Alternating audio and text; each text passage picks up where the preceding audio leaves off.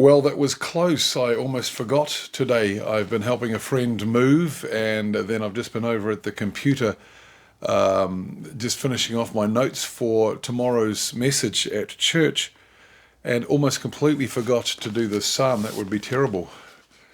It'd be terrible for me because I was told to do it. So, Psalm 22, it's a longer psalm today. For the leader set to sunrise, a psalm of David. My God, why have you abandoned me? Why so far from helping me, so far from my anguished cries? My God, by day I call to you, but you don't answer. Likewise at night, but I get no relief. Nevertheless, you are holy, enthroned on the praises of Israel. In you our ancestors put their trust. They trusted and you rescued them. They cried to you and escaped. They trusted in you and were not disappointed. But I am a worm, not a man, scorned by everyone, despised by the people. All who see me jeer at me. They sneer and shake their heads. He committed himself to Adonai, so let him rescue him. Let him set him free, if he takes such delight in him. But you are the one who took me from the womb.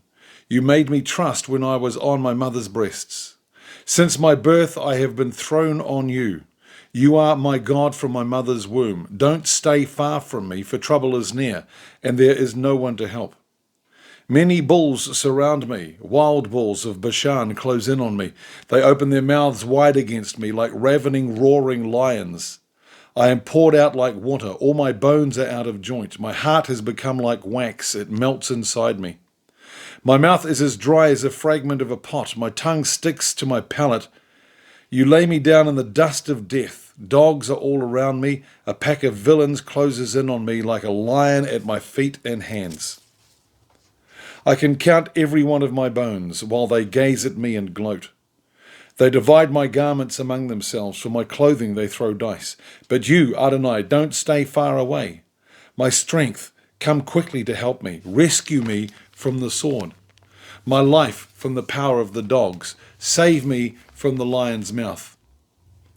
You have answered me from the wild bull's horns.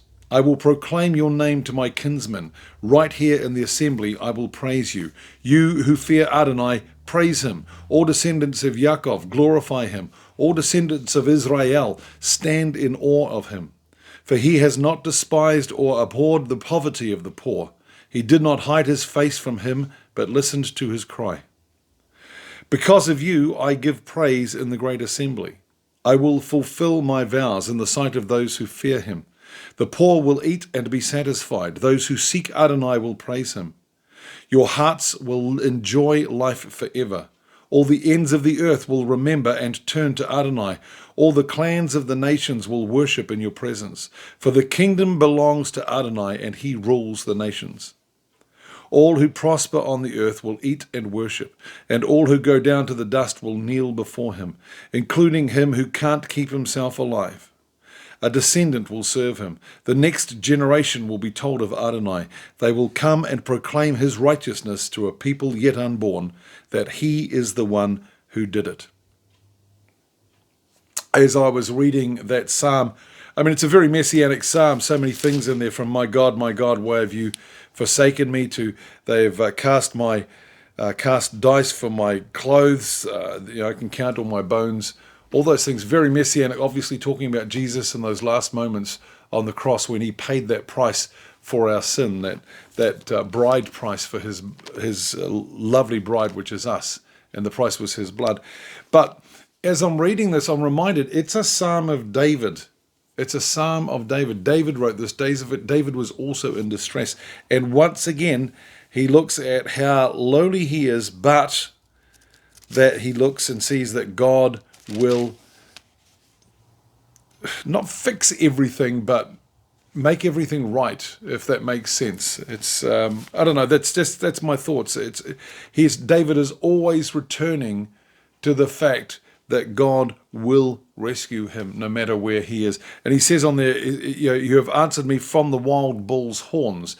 It's as I said, I think the other day, God didn't rescue Shadrach, Meshach, and Abednego from the fiery furnace. He rescued them in the fiery furnace.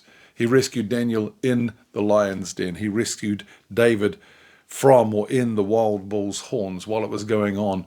That's when God rescued. Anyway, that's my thoughts for today. God bless you. Thank you for watching, for those that have faithfully watched, and I'll see you tomorrow.